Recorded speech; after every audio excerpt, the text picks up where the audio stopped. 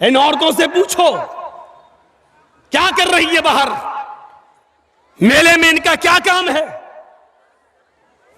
क्यों घूम रही हो तुम मेले में, और जलसों में नए कपड़े पहनकर आने का मकसद क्या है, जलसों में लिपस्टिक लगाने का मकसद क्या है, जलसों में आ रही हो तो क्रीम और पाउडर लगाने का मकसद क्या है, जलसों में आ रही हो तो चमकती हुई साड़ी पहन के आने का मकसद क्या है। और कल की तकरीर में मैंने कहा था मालदार पाड़ा में, वो जुमले जेब तो नहीं देते हैं लेकिन कहना पड़ता है मजबूरी में, जब जख्म पुराना हो जाए और सही ना हो तो होम्योपैथिक दवा से इलाज नहीं किया जाता, छुरा उठाया जाता है ऑपरेशन करने के लिए। कसम खुदा की ऐसा लग रहा था जैसे एक कुतिया के पीछे 10-10 कुत्ते दौड़ रहे हो, ये हाल है। हाँ, ये जुमला नहीं कहना चाहिए मुझे, लेकिन कहूंगा, रोक के दिखाओ मुझे। यह सूरत हाल बना के रख दी आपने। जल से भी जब महफूज ना रहें, बेपर्दगी और उरियानियत का नंगा नाच जब जलसों में भी नाचा जाने लगे, तो फिर कहां रूह तलाश कर रहे हो। आपने सवाब की नीयत से जलसा किया, यह सवाब मिलेगा आपको।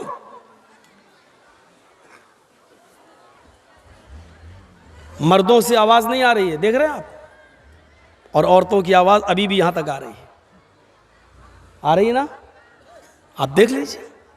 पता नहीं कौन मशवरा देता है इतना करीब इन औरतों को बिठाने का आपको। इनको तो 2 किलोमीटर दूर इंतजाम करना चाहिए इनका। ये तो साड़ी कितने की आई तेरी, कहां से ली तूने, चप्पल के, हाँ बिल्कुल मैच कर रही है। आज तो भाव मालूम हो गए होंगे साड़ी के और चप्पल के सबको। और कल वो जाएंगी मालदा और गाजोल के बाजार में, वो फला मेरी सहेली ले गई थी तुम्हारी दुकान से, वैसे ही दिखाओ हमें।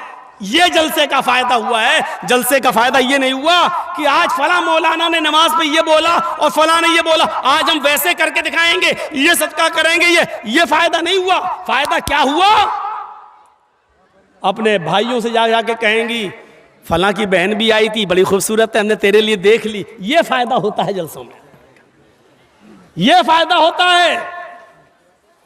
इतना करीब इंतजाम, और औरतों की चोंचे तुम बंद करा दो, कभी नहीं हो सकता।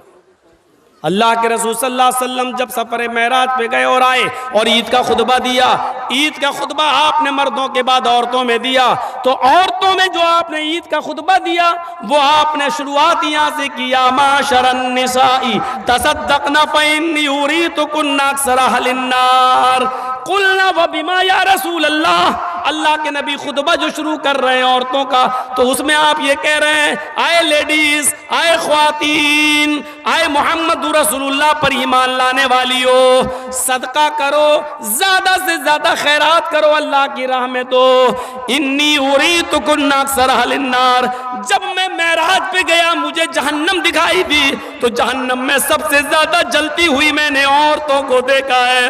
औरतें जहन्नम में सबसे ज्यादा जल रही थी। कुल्ला वबिमा, सहाबियात ने कहा अल्लाह के रसूल बस इसके आगे हम कुछ नहीं सुनेंगे, आपने ये कह दिया औरतें सबसे ज़्यादा जहन्नम में जलती हुई मैंने देखी, वजह बता दीजिए, रीज़न बता दीजिए, हम उस पर अमल करेंगे ताकि जहन्नम में हमारी तादाद ज़्यादा ना हो।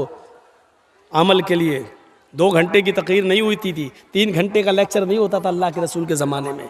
उस औरतों ने क्या कहा, उन औरतों ने कुलना व बीमा, कुलना जमा मुज़क्कर गायब का सेगा ये बतला रहा है, एक ने नहीं सारी औरतों ने क्या कहा, आए अल्लाह के रसूल हमें वजह बताइए, रीजन, औरतें जहन्नम में सबसे ज्यादा जलती हुई क्यों दिखाई दी। तो अल्लाह के रसूल ने पहला रीजन, पहली वजह बताई तुक्सिरन लान, और दूसरी वजह बताई तकफुरन आशीर। पहली वजह लान तान ज्यादा करती हो, जबान बहुत चलाती हो, मुंह बहुत चलाती हो, तुम्हारा मुंह बंद होता ही नहीं। हकीकत है 2 औरतें अगर कहीं बैठ जाएं तो कंपनी मिल जाती है। 2 मर्द अगर ट्रेन में जाएंगे तो थोड़ा सुकून मिल सकता है, लेकिन अगर 2 औरतें ट्रेन में चली जाएं तो 24 घंटे का सफ़र बहुत आसानी से कट जाएगा, बात करते करते करते करते। क्योंकि हमें और आपको एक आदमी के बारे में मालूम होगा, उनको तो पूरे ख़ानदान के बारे में मालूम होता है। एक बादशाह ने ऐलान निकाला, जो सबसे बड़ा झूठ बोलेगा उसको सबसे बड़ा इनाम देंगे। तो झूठों की कमी थोड़ी थी। एक आया, मैं बादशाह ने कहा भाग, ये कोई झूठ नहीं है। दूसरा आया, उसने कहा ये भी कोई झूठ नहीं है। तीसरा आया, बादशाह ने कहा यार झूठ बोलो यार, ये तुम्हारा कोई झूठ है, बड़ा झूठ जो बोलेगा उसको सबसे बड़ा इनाम देंगे। लास्ट में एक आदमी आया, कहने लगा मेरा भी एक झूठ सुन लो। कहा क्या? कि आज मैंने ख्वाब में देखा, जहां तक मेरी नजर जा रही है औरतें ही औरतें बैठी हुई हैं। बादशाह ने कहा ये भी कोई झूठ नहीं। भाग, ख्वाब में देखा जा सकता है, तुमने देखा सारी औरत, बहुत सी औरतें बैठी होंगी, ये ख्वाब नजर आ सकता है, ये कोई झूठ नहीं है। कहा आगे तो सुनो यार, आप बोलते बहुत हो। उसने कहा बादशाह से, पूरी बात सुनी नहीं, बीच में बोल दिए। मैंने ख्वाब देखा कि जहां तक मेरी नजर जा रही है औरतें ही औरतें बैठी हुई हैं और सारी औरतें खामोश बैठी हुई हैं। बादशाह ने कहा क्या? जहां तक नजर जा रही है औरतें ही औरतें, कहा और सब खामोश, ये हो ही नहीं सकता। कहा क्यों? कहा दो औरतें खामोश नहीं बैठ सकती और इतनी औरतें खामोश, इससे बड़ा झूठ तो कोई हो ही नहीं सकता। उसको सबसे बड़ा अवार्ड दिया, सबसे बड़ा इनाम दिया, सबसे बड़ा इनाम। तो ये औरतों का एक रिकॉर्ड है और इस रिकॉर्ड को अल्लाह के रसूल ने यही कहा, तुक्सिर न लान, तुम लानो तान ज्यादा करती हो, एक दूसरे की बुराई ज्यादा करती हो, एक दूसरे की गीबतें ज्यादा करती हो, एक दूसरे की बुराइयों में लगी रहती हो। वह तकफुरन लाशीर, और दूसरी तुम शोहरों की नाफरमानी बहुत करती है, शोहरों की नाफरमानी। अब बताओ आदमी बेचारा क्या करे? मेरे साथ भी हादसा होता है। एक बार मेरी बीवी ने पूछा, मैं मायके जा रही हूं, चली जाऊं? पास में ही है। मैंने कहा ठीक है चली जाओ, कोई बात नहीं, बहुत दिनों से नहीं गई। हाँ तुम तो चाहते हो कि मैं चली जाऊं, तुम्हें तो अच्छा लगता है। मैंने कहा ला हौल वला कुव्वता इल्ला बिल्लाह। यार तुमने इजाजत मांगी, मैंने दे दी। एक दो महीने के बाद फिर कहने लगी कि मैं चली जाऊं, थोड़ी अम्मी की तबीयत खराब है। मैंने कहा नहीं अभी तुम्हें जाने की कोई ज़रूरत नहीं है, 2-4 दिन रुको, हम दोनों चलेंगे वो देखने के लिए। लो तो मैं तो आपके घर में क्या नौकर कैद होके रहूं? हैं? मैं जब भी जाना चाहूं तो आप भेजेंगे नहीं?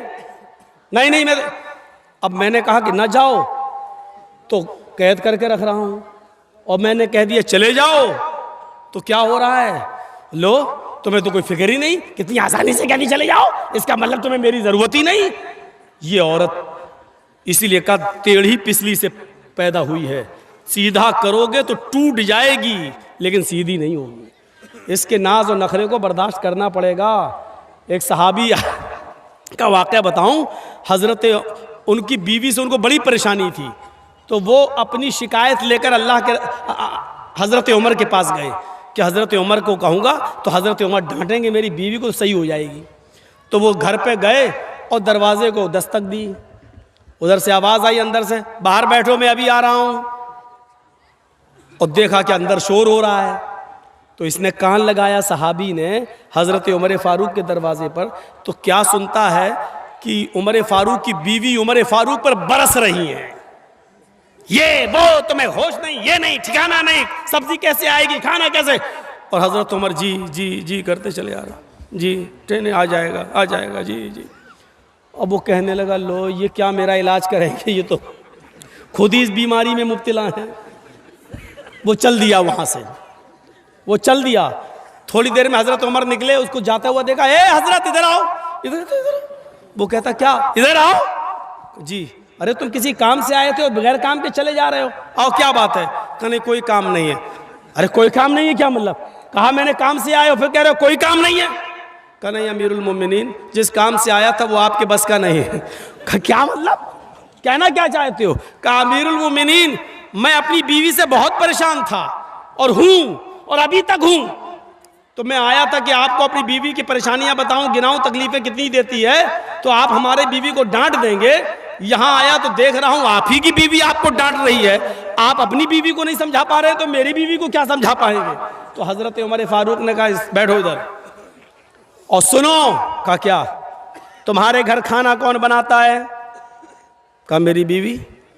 कहा खाना बनाना उसका हक नहीं है शरीयत में है? बताऊं कि ना बताऊं?